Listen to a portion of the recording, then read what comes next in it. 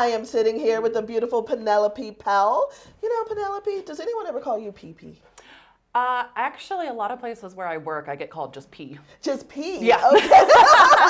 That is a little better. Yeah. Penelope's a mouthful, but yeah. But it is a traditional name. I like it. It makes me smile when I say Penelope. Yeah, I used to be called Penny, and then when I turned 15, I decided that I was all grown up and it was time to call me Penelope. Okay. And it's stuck ever since. All right, Penny. Well. Oh, that's risky. I'm going to get in trouble this Friday morning, I know. Yeah. But I am so excited. This is the first show of the new year. I know. Happy 2022. Yes. And you know what? I got to tell you, I'm going to blame Drew, our producer, on this, but the reason why we wanted to talk to Valley Food Partnership this first, show of the new year is because I'm still hungry. I want to talk about anything that has to do with food. Well, all I did was eat my way through the holidays. Well, what about you? Absolutely.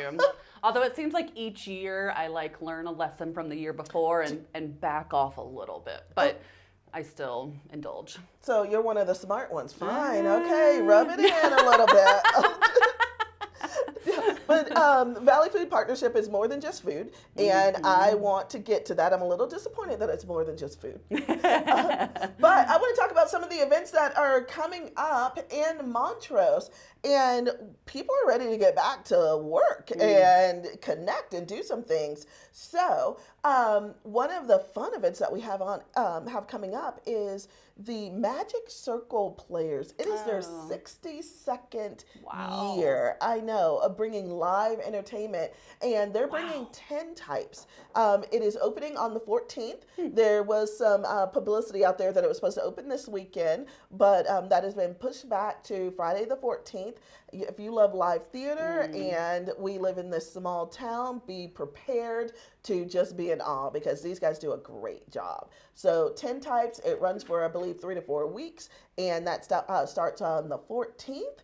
We've got Power Players. It's a luncheon that is run and owned by the Greater Montrose Chamber of Commerce now, so that's pretty exciting. They have a representative from the Center for Mental Health who will be speaking at that, and then they can network and just get to know, these businesses can get to know each other. Well, and I think you have an event that's coming up too. We have a large event, absolutely. I think it's like one of your largest signature events. It is. This is actually going to be our 11th year doing the Western Colorado Food and Farm Forum. Right. And it's not just Valley Food Partnership. Okay. We do partner with Rocky Mountain Farmers Union, CSU Extension, Cold Harbor out of the Gunnison Valley, Voga out of the Norfolk Valley, Chavano Conservation District. Okay. It's a large group of us that it takes to put this on. And that's coming up on the 21st and the 22nd. I left that off my slide. And then we also have a new magazine. I know that is launching. It's a B2B magazine called the Montrose Business Times. Cool. It comes out twice a month, and it is all things business in Montrose. Nice. You will find a feature article, front page story on a local business, and I'm not going to tell you who the local business is, but I got to tell you, you're going to enjoy that read on the 21st. Nice. And then the Chamber of Commerce has their business after hours. It's back. And guess what? They get to host it right here. Nice. Yay! Awesome. So the January Business After Hours will be in the Our Town Matters Business Center on the 27th as well. So you're just a mover and shaker, Tommy. Hey, you know what, Penelope? It's I'm not just telling about you. me. Yeah.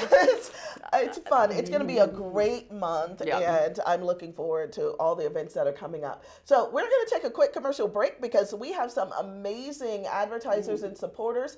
I want to have a big shout out to the Real Estate Store, to Elevate Fiber, to River Valley Family Health Services, and to Alpine Bank. We are going to wow you guys this year, and we're starting with Penelope. So Get online, make a comment, ask a question, because we are giving away a $50 gift certificate to Kinnikin. Woo! Yeah, so we'll give that away at the end of the show. All right, we'll be right back. Employees, and we were in a double wide trailer with 4 exam rooms. So that's where we started, behind an elementary school, really focused on taking care of those children. It was a school-based clinic prior to us becoming an FQHC. But very quickly, we realized the community needed a lot more support, a lot more access to healthcare. So in the last 8 years, we've grown to 3 different sites. We have 104 employees now, and we're taking care of about 6,600 unique patients a year. In Colorado, we come prepared to weather any storm, to choose to see obstacles as challenges that make us stronger and better. When things get hard, we face them, dig in, and rise above. That's why Alpine Bank is proud to call Colorado home. After all, everything we need is right here. You are Colorado, so are we. Okay, we're back. You know what, Penelope, I gotta tell you, I was on break too long. Almost missed my cues. I think, so if you see a hat flying my way, that's because our producer Drew is like, Tanya, pay attention. So I gotta start from the beginning, because I have only been here, it'll be 5 years in March. I know you as VFP. Well, not you, Penelope, but Valley Food Partnership. Yep. However, your official name is, I have to look at my notes, Western Colorado Food and Ag Council. Yes. That's a mouthful. It is a total mouthful. Okay, Hence DBA Valley Food Partnership. Okay. So what is Valley Food Partnership? Because I hear all of these little pieces that tie back to VFP. Yep, I think that's a great question. And many people might know this bucket of what we do or this bucket, but we work across the food system. Okay. And so what that means is we work with producers and we work with the other end on access for customers. Okay. And so with producers, and all of that is with the idea of strengthening the regional food system. Right. And the region being Montrose County. That's a good question. Oh, okay. As far as producers go, a lot of that region is Montrose, Delta, Gunnison, Ouray, San Miguel, Mesa. Okay. A lot depends on what the actual service and program we're providing is. When it comes to customers and the other end of the food system, it's really mostly Montrose focused. Oh, good. And then that is mostly. And that's through the farmers market? Well, I mean, there's many. Yeah, there's Okay. many different avenues. I mean, the Food and Farm Forum that we were just talking about, we have statewide participation and even nationwide participations and slowly increasing over the years. But it was originally intended to bring educational opportunities to our region so that the large number of producers that we have don't have to travel across the mountains to get some continuing education. Okay. So help me out, because I'm a little slow, and I'm okay with admitting that. You know, Yeah. I got to tell you, my phrase this year is transparency. So if I don't know something, That is a strong value of mine, so I hear you. I'm just going to ask, when you use the term producer, is good that question. a ranch? Explain that. Is that someone who has a ranch, has a farm? Yep. It's so interesting, and I'm sure you do this when you talk to folks, there's all this industry lingo, right? Of course. And I've always said whenever I've entered a new industry, I'm like, just give me a dictionary. Just give me a book that says this is what this word means, and now you can talk the lingo. I'm with you. As a marketing maven, I will tell you that I use all sorts of jargon to confuse and to... Yeah. So when I say producer, I mean it is farmers, it is ranchers. Okay. It could be someone that's bringing eggs. So it really encompasses anyone that is helping raise the food that we eat. Perfect. Okay, I thought that was the case. I just wanted to be sure. And I started using producer because it's easier and less of a mouthful than farmers and ranchers. Right. So, yeah. And those are the only types of producers. Either it's going to come from the earth or it's going to come from an animal. I know, I'm just letting it all hang out this year, right? Well, and I'm just like, ooh, I get kind of contemplative about this stuff, and I'm like, is that true? I think that's true. We're going to look that up, and after the commercial break, we will tell you. Or I'll have some of the partners reach out to me and be like, no, it's this also. And so apologies ahead of time if I'm missing something. You're fine. So we were going back because I completely got us off on a tangent, and so you connect producers with end users and educate in between. Yeah. I just made that up. Ooh, let's take it. So yeah, I mean, like I said, working with the education and support and promotion of producers so that people know, hey, we've got farmers and ranchers in our community. We've got tons of it. Agriculture is a strong history and economic lifeblood of our area. So it's ensuring that folks know that they're there and how to reach their products. Okay. And then on the consumer end of things, it's ensuring, like I just said, that they know where to access local foods. It's giving them the opportunity to access local foods through the farmers market. And the other part about access that I want to ensure that we talk about is we work to ensure that all members of our community have access to local food. We support farmers and ranchers having livable wages, and sometimes that means higher prices, and that's good. They need that for their families. Right. But sometimes our families in the community that have lower resources aren't able to access that. So we run a number of food access programs as well, like accepting SNAP, Double Up Food Bucks, and WIC at the farmers market. Okay. In addition to a food prescription, an incentive program for families, and Food prescription. Oh, you have to. Oh no. I got to tell you, today I want to learn a lot. Yeah. What is a food prescription? Yeah.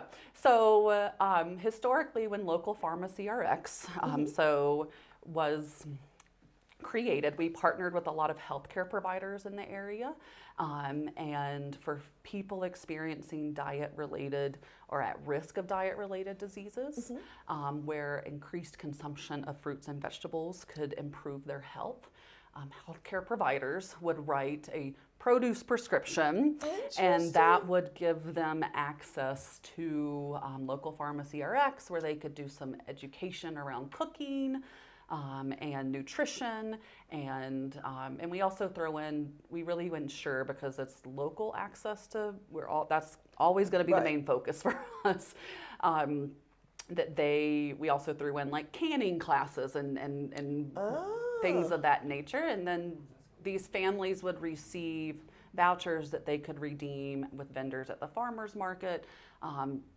and different businesses around town, like Straw Hat and things. Okay, like that. even our producers are back there saying that's cool. Yeah. It really is cool. So this is a little selfish on my part, Penelope, but I'm wondering if there is a doctor out there that could, prescribe cheese balls, because I prescribe that to myself. So. Okay.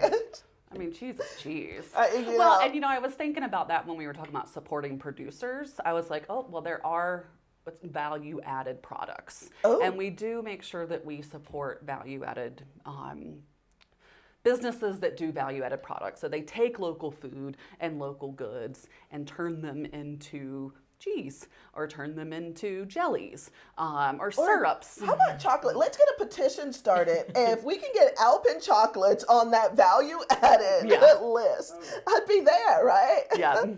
No, those are. Certainly makes me feel better. See, these are really good and creative programs. And you said something so eloquently, Penelope, that most people would have missed that. And it is, there are families who have limited resources that Valley Food Partnership is aiding and assisting, and not just with access to fresh produce and things at the farmers market, but it's classes as well. Yep, absolutely.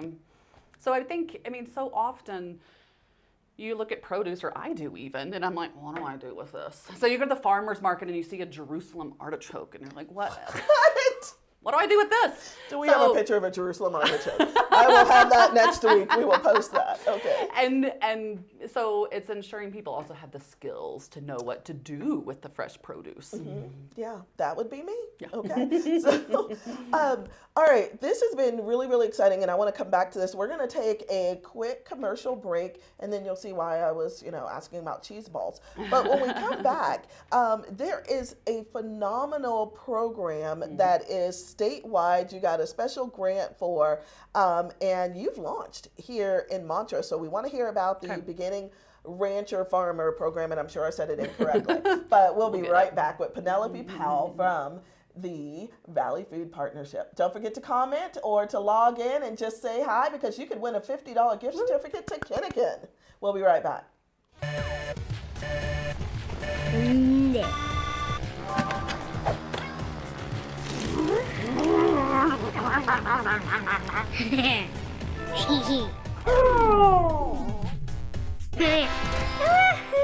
Believe it, just like Gigfoot, Zero Lag Gaming does exist. The real myth now? Slow internet made you lose. So step up your game with Elevate Internet today. At the Real Estate Store, we're a group of real estate professionals who share all forms of property brokering in an innovative way. Our expertise and experience makes us the best choice for buyers and sellers. Our brokers are ready to assist you, either in person or virtually. Come visit us in historic downtown Montrose and experience for yourself the difference of our personal, professional property brokers. Oh, Penelope Powell. Oh, my goodness. Now you understand my affinity for cheese balls, right? It's hard not to love them. No, I know. I blame Elevate Fiber every single time. So I'm sure I'm going to get an email or a text here saying, quit blaming us, Tanya. But so I'm going to look at my notes again, because there are so many acronyms. There are so many long terms, and I see why. So you were just approved for a beginner farmers ranchers program. Yep. Okay. You got it. Tell us what about that program? We are just over the moon excited about this, I have to say. It is something that Valley Food Partnership has wanted to do since our inception in 2011-12. Oh, wow. And so to finally get the opportunity to bring this to the community is a win-win for everyone. So this isn't unique to just Montrose, but we have an aging producer population. And a lot of times their next generation isn't wanting to take over the farm or ranch. But we also, on the flip side of that, have a lot of young people, and not just young people, but new people that want to get into agriculture that weren't born into it. Right. And they experience at times a lot of access issues. Okay. So, and I'll talk about that in a little bit. But so essentially we're doing a program. We're calling it Cultivating Farmers and Ranchers That Thrive. Cultivating Farmers and Ranchers That Thrive. Yeah. Okay. Hence the acronym. CFRT is easier than I better write that one down. Okay. And so what we're doing is we're providing education in partnership with Holistic Management International, and they really focus on holistic regenerative agricultural practices. Okay. And we aim to serve 24 so new, aspiring, and or in the industry less than 10 years, farmers and ranchers, with the core education through holistic management. And then we're providing additional education beyond that in partnership with some other organizations.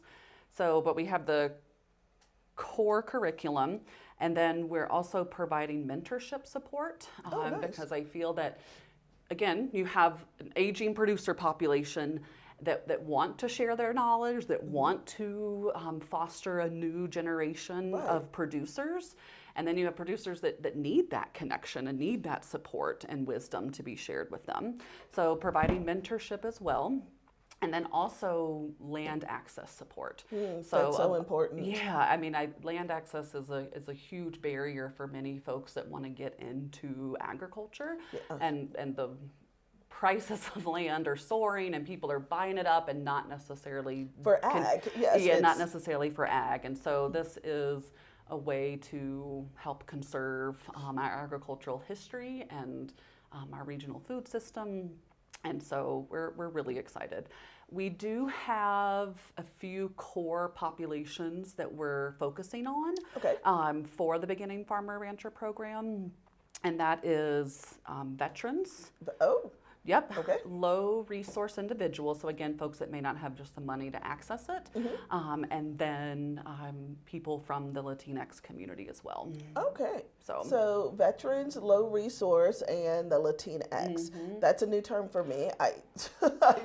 Forgive me. Well, it can be a controversial term. I see. And I do at times say, like, is that the right word to use? But I recently saw Hispanic Affairs Project use it, so I was like, okay, if that organization who we partner with a lot is using that, then that's going to be the language I use. You know, I am curious, anybody out there, help correct us or ensure us that we're using the right terminology. So get online and let us know if Latinx is it. But okay, so getting back to the Beginning Farmer Rancher, you know, I have to tell you, we had a gentleman, Drew, help me. It's Caleb Valdez, right? And Uncompahgre Farms. That's right, Yep. Uncompahgre Farms. He was on our show about a year ago, and this young man is phenomenal, absolutely Utterly phenomenal. The passion and drive to make it happen has been amazing. And so it sounds to me that he fits into your definition of beginner farmer. He does. And just because of that 10 years. So he's obviously in the business, doing it and being successable. But he didn't grow up in it, you know, so he's not a legacy farmer. And when we heard on the show that access to land was important to him, I did embarrass myself though. I don't know if you saw that show. Never ask a rancher how many heads of cattle they have. Didn't know that was a thing, you know. Oh, so, I might need to learn that lesson. Yes, I asked. He did, but he answered, and but he gave me a little bit of tough time. And he said, I said, so how many heads of cattle do you have? You know, I'm naive. And he says, Tanya, how much money do you have in your bank account? I go, well, I'm not telling you that. He goes, he's like, well, I'm not telling you how many heads of cattle. That's like asking someone how much they have. I still have a lot to learn too, and so thanks for sharing that wisdom with me. Yes, and in all his graciousness, Caleb did tell us how many heads of cattle he had been. But okay, so now I understand who you're trying to help through this. So this was not an easy grant. This was pretty significant. Tell us about that. Well, this was our 2.5 submission. And what I mean by that is we submitted it once. It is a USDA grant, and federal level grants can typically be very competitive and selective. And then we submitted it a second time, making revisions that they had suggested. And then they reached back, and that was also denied, but then they reached back out and said, hey, you know that proposal you did? It actually was really good. We just didn't have the money, but now we have the money. Great. Would you like to do it? And we were like, heck course. Yeah, we do. Yeah. Yeah, exactly. Although they said there were people that they called and they like wouldn't return calls or were just like, nah, and I was like, oh my gosh, because we were like what you said, Drew. We were like, yes, we want this. Yes. But you know, part of the reason I believe people didn't return calls is as I hear more and more about this program, it is not a one-off. We're hooking you up with a mentor or some classes. It's a year-long process. It is a year long. Yep, absolutely. And so at the annual Food and Farm Forum, so the 12th year, you're smiling because she's smiling because I know something. I'm like, yes. What's going to happen there? Well, the cohort will do their kickoff on Thursday night. But the Food and Farm Forum has always had workshops and sessions geared towards beginning farmers and ranchers. Okay. So that is continuing, and they are getting access to the Food and Farm Forum. They're actually also getting access to the Soul Health Conference, which will be at the beginning of February. And it's just, the Food and Farm Forum is always a wonderful place for folks to network. That's consistent positive feedback that we get year after year is just enjoying during the off season a chance to gather and learn together. and catch up with one another. So you will have a graduating class. In like November 2022. Is that how that's going to work? Yep. Okay, great. Yeah. Oh, this is exciting. It is exciting. Yep. Oh, wow. Well, I have to tell you, the Food and Farm Forum is one that's been close to my heart. When I first moved here about 5 years ago, I think I said, it was maybe your 5th or 6th year, and a young lady by the name of Carol came to see me, extremely passionate about the Food and Farm Forum. And I said, Carol, how can I help? Like, what is your need? I didn't understand. I've been here a few months, but I could tell this was something that I should be a part of, we should be a part of. And she said, one of our biggest struggles is new beginner farmers, which, hello, you fast track 5 years. I'm like, oh, they can't get here. They don't have the resources, it's 2 hours drive for some, back and forth. And we ended up sponsoring hotel rooms. Who knew that would have made a huge difference for some of these beginning farmers? Yep. But you have every spectrum of farm and ag folks coming from the very beginning, those who are interested in it, who might have, what do you call, hobby farms? Yeah. And then the big ranchers, Absolutely. throughout. I love that. Yep. Love that. Yep. Yeah, we do try and offer program and support to, we don't limit that to scale of production. Okay. Really, and a lot of that with our regional food system partnership work that we're doing is focused on larger producers because we're looking to create greater efficiencies and increase to market through a decentralized digital ecosystem that will, hopefully help the region stay competitive in the marketplace. Okay. I love it. So I'm really, really excited about Beginning Farmer Program, the forum that's coming up in a few weeks. I do, before we run out of time, I want to talk about what most people in Montrose associate Valley Food Partnership with. Yep. The farmers market. Oh my gosh. Yeah. So anything new, and tell us about. We do have a lot new actually going on with the farmers market. Okay. We got another USDA grant, the Farmers Market Promotion Program. Who is your grant writer? I didn't write the beginning farmer grant. I can't take credit for that, but. All right, Penny. But the Farmers Market Promotion Program is going to infuse the market with an abundance of resources, including staff time, to really increase marketing, do a rebranding, ensure we know why people are or are not coming. So once you receive those surveys in your mail, please do fill them out to let us know again, why you do or do not access the market. And then we'll not improvise, but, oh my gosh, my brain just went blank. Insert and some word about the marketing plan. We'll make our marketing plan based off of those survey results. There we go. Gotcha. Got it together there at the very end.